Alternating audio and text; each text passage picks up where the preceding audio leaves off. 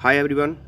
आज के एडिटोरियल में हम डिस्कस करने वाले हैं कि आखिरकार जो वॉर चल रही है रसिया और यूक्रेन के बीच में, उस वॉर के कारण और भी आपने चीज़ें देखी होंगी कि ग्लोबल ऑर्डर में कितने चेंजेस आ रहे हैं उसी सिर्फ उस पर्टिकुलर वॉर को लेकर। तो उससे जो क्रूड ऑयल के जो दाम बढ़े हैं, और नो मैटर कोरोना काल था पिछले कुछ दिनों, लास्ट 2 ईयर से हमने कोविड-19 के भी जो कॉन्सिक्वेंस देखें, परिणाम देखें, उसके फलस्वरूप भी हमने जो महंगाई है उसको बढ़ते हुए देखा है।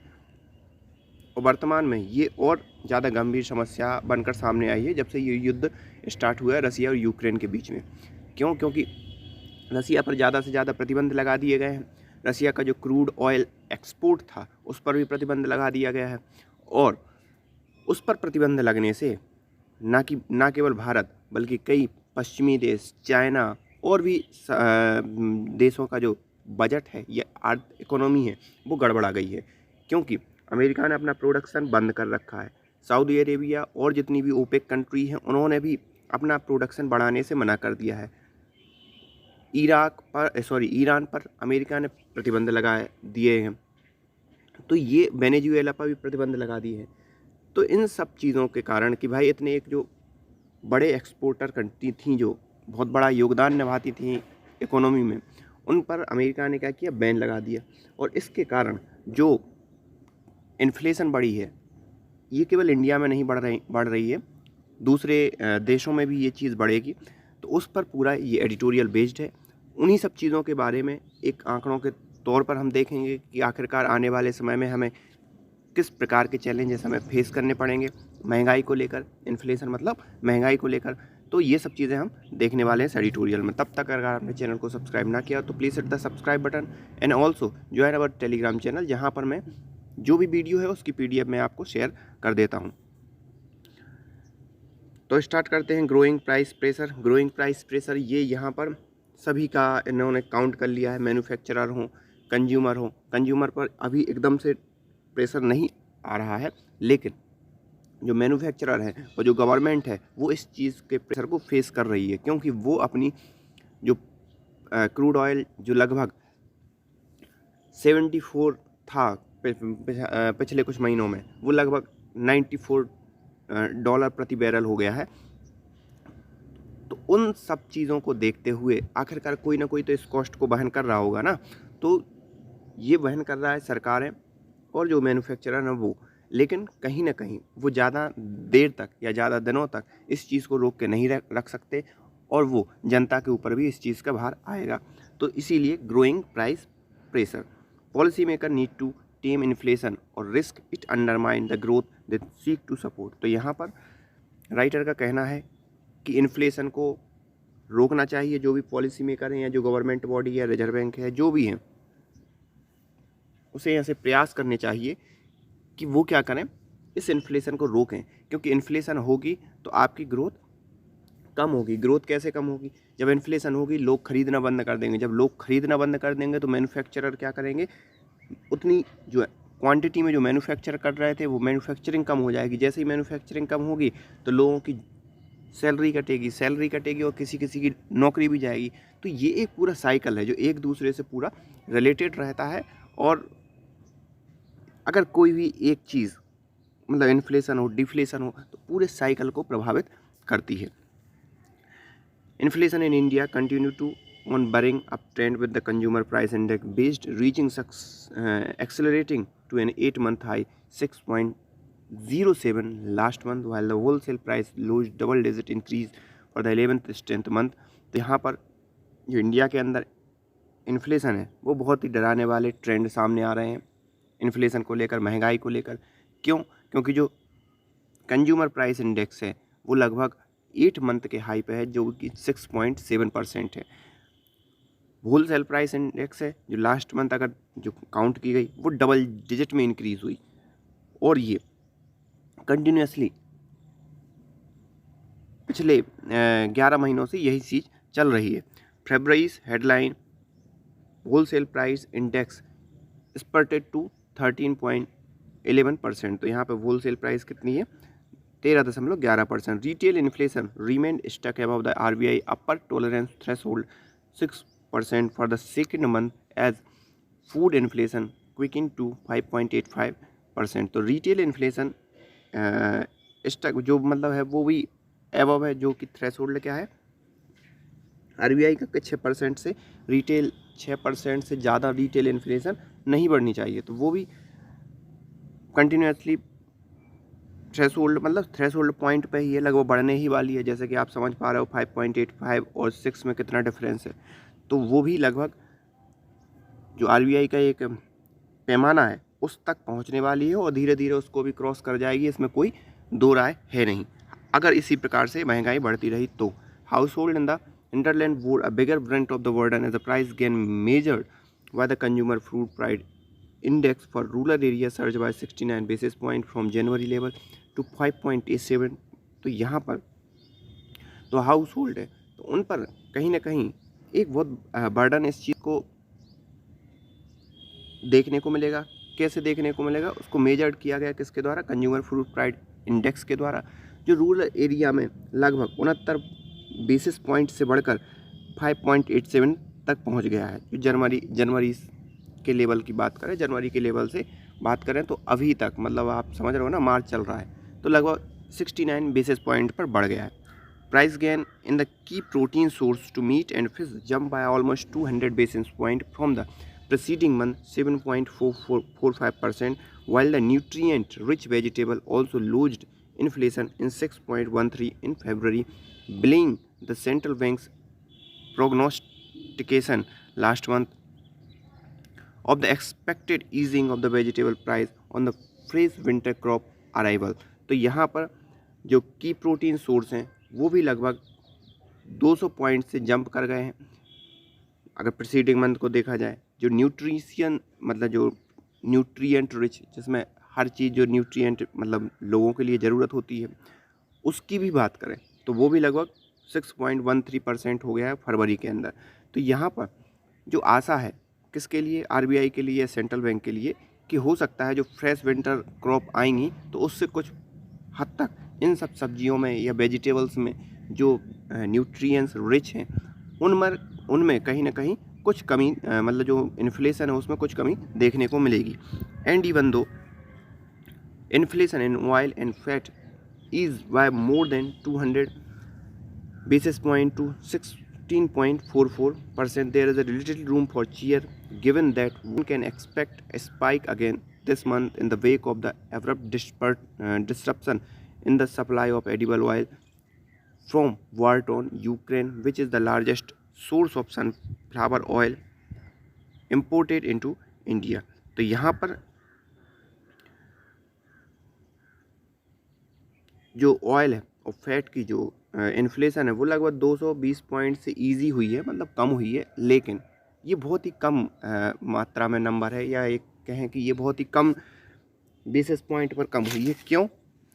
क्योंकि अभी जो जैसी वर्ल्ड में सिचुएशन चल रही है, आपको मालूम होगा यूक्रेन और रसिया का जो वॉर चल रहा है और उसके कारण जो पूरी परिस्थितियाँ बनी हैं, डिसरप्शन हुआ है, जो भी सप्लाई पर जो मतलब आपको मालूम होगा यूक्रेन से ज़्यादा सूरजमुखी का तेल वहाँ पर आता था और इंडिया उसको इंपोर्ट करता था।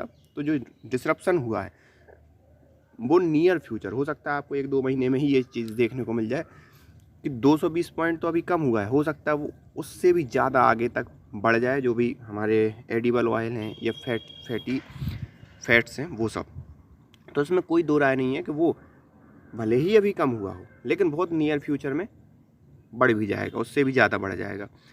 With price gain in clothing and footwear, fuel and light and transport and communication all running well above 8% level, the overall trend in retail inflation is now clearly broad-based across consumption categories and disconcertingly way above the tolerance level। तो यहाँ पर सभी चीज़, चाहे clothing हो, footwear हो, fuel हो, lights हो, transport and communication, सभी के सभी जो भी थ्रेशोल्ड लेवल था या जो एक गवर्नमेंट एक मानक तय करती है कि इस लेवल तक हम मेंटेन करेंगे, उस लेवल से बाहर ही या उस लेवल से ऊपर ही हर चीज़ की जो इन्फ्लेशन है वो चल रही है। और ब्रॉड बेस्ड कंजप्शन, मतलब जिन चीज़ों की ज़्यादा से ज़्यादा कंजप्शन होती है उसमें भी हम देख रहे हैं कि ऐसी चीज़ें या ऐसी वस्तुओं में भी इस प्रकार की जो इन्फ्लेशन है वो हमें देखने को मिल रही है। अबव द टॉलरेंस लेवल, मतलब जिसे हम टॉलरेट नहीं कर सकते उस लेवल से ज़्यादा चल रही है। जिस इसका ये थोड़ा ना इकोनॉमिक एडिटोरियल हो गया। इसमें कई चीज़ें जैसे होलसेल प्राइस इंडेक्स, उसको भी आपको डिटेल में समझने के लिए एक अलग 5 से 6 मिनट का अलग टाइम लग जाएगा इसमें एक एक टर्म समझने के लिए आपको। तो आप एक बेसिक आइडिया ले लो कि ये एक साइकिल है। अगर इन्फ्लेशन बढ़ती है तो कहीं ना कहीं ख़रीदारी कम होगी तो मैन्युफैक्चरर या तो सस्ते में देंगे या प्रोडक्शन कम कर देंगे, दो में से एक होगा। तो प्रोडक्शन कम होगा तो आपकी जॉब जाएगी या जॉब आपके जो पैसे हैं उसमें कटौती होगी। तो ये सब चीज़ें एक साइकिल है, पूरा साइकिल एक छोटी चीज़ से चेंज हो जाता है, छोटी चीज़ से बदल जाता है। और ये सब जो टर्म है वो आप इन्फ्लेशन के अलग अलग टर्म हैं। जैसे एक थोक व्यापारी हो गया तो उसके लिए कितनी महंगाई है, तो वो एक आपका हो गया होलसेल इन्फ्लेशन। लेकिन आप जब जाते हो, आप पर्टिकुलर अपने परिवार के लिए, अपनी फैमिली के लिए कोई चीज़ खरीदते हो, तो वो जो चीज़ खरीदते हो वो आपकी कम अमाउंट में चीज़ खरीदते हो, तो उसकी जो इन्फ्लेशन है वो कहलाती है रिटेल इन्फ्लेशन। तो इस प्रकार से ये अलग अलग पैमानों में इन्फ्लेशन को बांट दिया है, अलग अलग कैटेगरी में इन्फ्लेशन को बांट दिया गया। तो ये इकोनॉमिक पॉइंट ऑफ व्यू से एक एनालिसिस पर्पज से ये अलग अलग टर्म है, लेकिन इनका जो बेसिक है वो आप ये समझो कि इन्फ्लेशन, महंगाई का बढ़ना और घटना कैसे लोगों की ज़िंदगी पर अफेक्ट करता है। ये एक सिंपल सा मुद्दा है। Also with the pump price of the fuel yet to reflect the recent upsurge in the international oil price and the wake of Russia invasion of the southwestern neighbor, transport and communication inflation is certain to climb sharply once state-run refinance और reset price to reflect the crude price। तो यहाँ पर जो US और रसिया का जो युद्ध चल रहा है उससे हमें इंटरनेशनल मार्केट में ऑयल की प्राइस है वो हमें बड़ी देखने को मिली हैं, और बड़ी ही हैं, देखने को क्या मिली है, बड़ी ही हैं। लेकिन जो ट्रांसपोर्ट तो उससे हमें क्या मालूम होगा कि जो ट्रांसपोर्ट और कम्युनिकेशन के अंदर जो इन्फ्लेशन है वो आना बिल्कुल निश्चित है। भले ही जो स्टेट रन रिफाइनेंसर, मतलब स्टेट की जो कंपनियां हैं उस प्राइस को भी क्या कर रही हैं, झेल रही हैं, कहीं ना कहीं उस चीज़ को मैनेज कर रही हैं। तो वो जिस दिन इस चीज़ को रीसेट करेंगे, जो भी अपनी प्राइस हैं, जैसे क्रूड ऑयल का प्राइस हो गया या डीजल या पेट्रोल के प्राइस, जिस दिन रीसेट करेंगे उसी दिन से आपको महंगाई देखने को मिल जाएगी। तो इसमें नो डाउट ये बढ़ने ही वाली है। The price of India's crude basket had already risen by over $20 barrel since December to 94.7%। तो दिसंबर से लगभग $20 प्रति बैरल क्रूड ऑयल बढ़ गया है, जिसमें अभी वर्तमान में $94.07 प्रति बैरल हो गया है। लास्ट मंथ की बात करें अगर, फरवरी की। With the global crude price currently in uncharted territory on account of war and the rupee having weakened by about 2.5% against the dollar since the start of the conflict। तो यहाँ पर जो crude oil के price हैं उनका अभी कोई भरोसा नहीं है, हो सकता है इससे बढ़ भी जाएं, तो वो उनका कोई फिक्स नहीं है कि वो किस हद तक बढ़ेंगे। मतलब अनसर्टेनिटी है लोगों में, ग्लोबल इकोनॉमी में, कि किस हद तक प्राइस बढ़ेंगे और फिर उनके देश में, उनके राष्ट्र में या जो भी उनका एरिया है वहाँ पर कैसे वो अपनी इकोनॉमी को मैनेज करें। और जब से ये युद्ध स्टार्ट हुआ है उसमें हमें एक और चीज़ देखने को मिली है कि लगभग 2.5% से जो हमारा रुपया है वो डॉलर के अगेंस्ट क्या हो गया, घट गया है। It is hard to see any near term relief on the fuel price front. तो यहाँ पर भले ही अभी जो वॉर चल रही है उसके कारण हम ये तय ना कर पा रहे हों कि जो क्रूड ऑयल प्राइस है वो किस हद तक बढ़ेगी या किस हद तक कम होगी, लेकिन उनका बढ़ना तय है अगले कुछ महीनों के अंदर, ये मतलब परफेक्ट बात है। A glance at last month producer price of energy basket shows inflation in the fuel and power category और होलसेल प्राइस इंडेक्स वाज 31.5%। तो यहाँ पर अगर थोड़ा हम देखें लास्ट महीने के जो आंकड़ों को, तो जो producer price of energy basket, तो जो एनर्जी बास्केट की जो प्राइस है वो लगभग 31.5% तक बढ़ी है।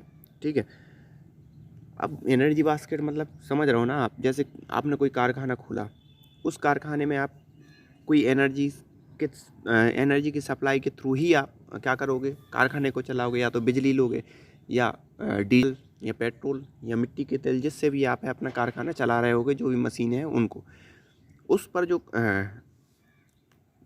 कॉस्ट पड़ेगा, उस पर जो प्रोडक्शन का जो कॉस्ट बढ़ेगा, वो कहीं ना कहीं वो आप किस पर करोगे, थोक में जो आप माल निकालते हो, जिसको भी एक्सपोर्ट करते हो, उस पर वो देखने को मिलेगा। तो लगभग होलसेल प्राइस इंडेक्स कितना था, 31.5%, and in the sign that manufacturer are no longer able to keep absorbing cost pressure, inflation in the manufactured product accelerated to 9.84%, presaging more pain of the consumer। तो यहाँ पर जो manufacturer हैं वो ज़्यादा दिनों तक इस कॉस्ट प्रेशर को बियर नहीं कर पाएंगे।